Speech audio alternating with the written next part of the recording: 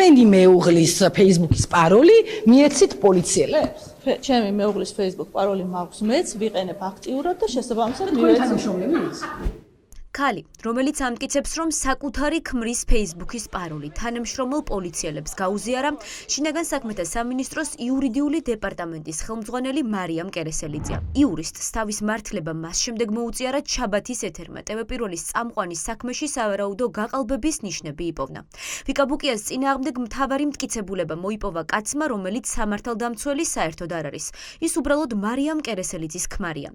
ამბის გახმაურების შემდეგ შინაგან საქმეთა სამინისტროს მაღალჩინოსანს მოუწია ეთქვა, რომ ოქმის შემდგენ პოლიციელს Facebook-ი არ აქვს და ამიტომ ქმრის სოციალური ქსელი ათხოვა. Facebook აკაუნთი, საიდანაც მოხდა დათვალიერება, კი ნამდვილად არის ჩემი მეუღლის და მე პირადად სარგებლობ, იმიტომ რომ საკუთარი არ გამაჩნია. რაც შეეხება ოქმის შემდგენებს, რაც შეეხება მათაც აქტიური Facebook აკაუნთი არ გააჩნდათ, შესაბამისად მე მივეცი წოდომა აღნიშნულზე, საიდანაც მოხდა დათვალიერება. გაყალბებული მტკიცებულებების საფუძველზე დღეს ვიკაბუკია მოსამართლე დავით თეთრაულმა 4000 ლარით დააჯარიმა. სასამართლომ დაადგინა, რომ ვიკაბუკია მასონების სკანდალით სახელგანთქმულ ქართული ოცნების დეპუტატს შეურაცხყოფა მიაყენა.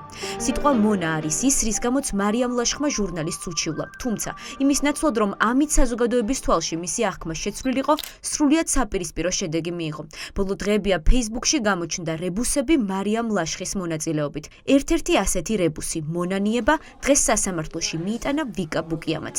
სამარცხვინო ის მისი განაცხადება, რომ მისი ქმრის ასე Facebook პაროლს აძლევს მის თანამშრომლებს, მისი თანამშრომლების ზიან მისი ქმრის Facebook-ზე და სკრინავენ ჟურნალისტებს და წარმოუდგენელი არის ეს ხა თან მეცინება, მაგრამ აი თან მეცინება უკაცრავად თქვენ სერიოზულ სახეებს რო უყურებთ, აი ამ ცირკში რო ვიღებ მონაწილეობას. ვიკაბუკიას ადვოკატებმა დღეს სასამართლოში მოითხოვეს მოწმის სახით დაკითხულიყო პოლიციელი, რომელიც ამტკიცებს, რომ ვიკაბუკიას სოციალური ქსელი დაათვალიერა. სინამდვილეში კი Facebook-ის მომხმარებელი საერთოდ არ არის.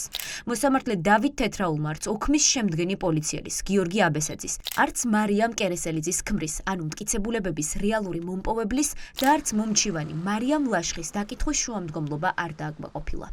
ამ საქმეში მტკიცებულებები სავარაუდოდ იყო ფალსიფიცირებული, ყოველ შემთხვევაში მტკიცებულებები უკანონოდ იყო ცალსახად მოპოვებული და მოწმები, რომლებიც უარყოფდნენ და დაადასტურებდნენ მტკიცებულებების სანდოობას, სამწუხაროდ მოსამართლემ ამ მოწმების დაკითხვის შემდგომლობა არ დააკმაყოფილა. საერთო მოცემულობით რო ავიღოთ, ეს არის აბსურდული საქმე თავიდან ბოლომდე და ამ აბსურდულობას კიდე ემატება ვიკაბუკიას იდენტიფიკაცია, როგორ მოხდა.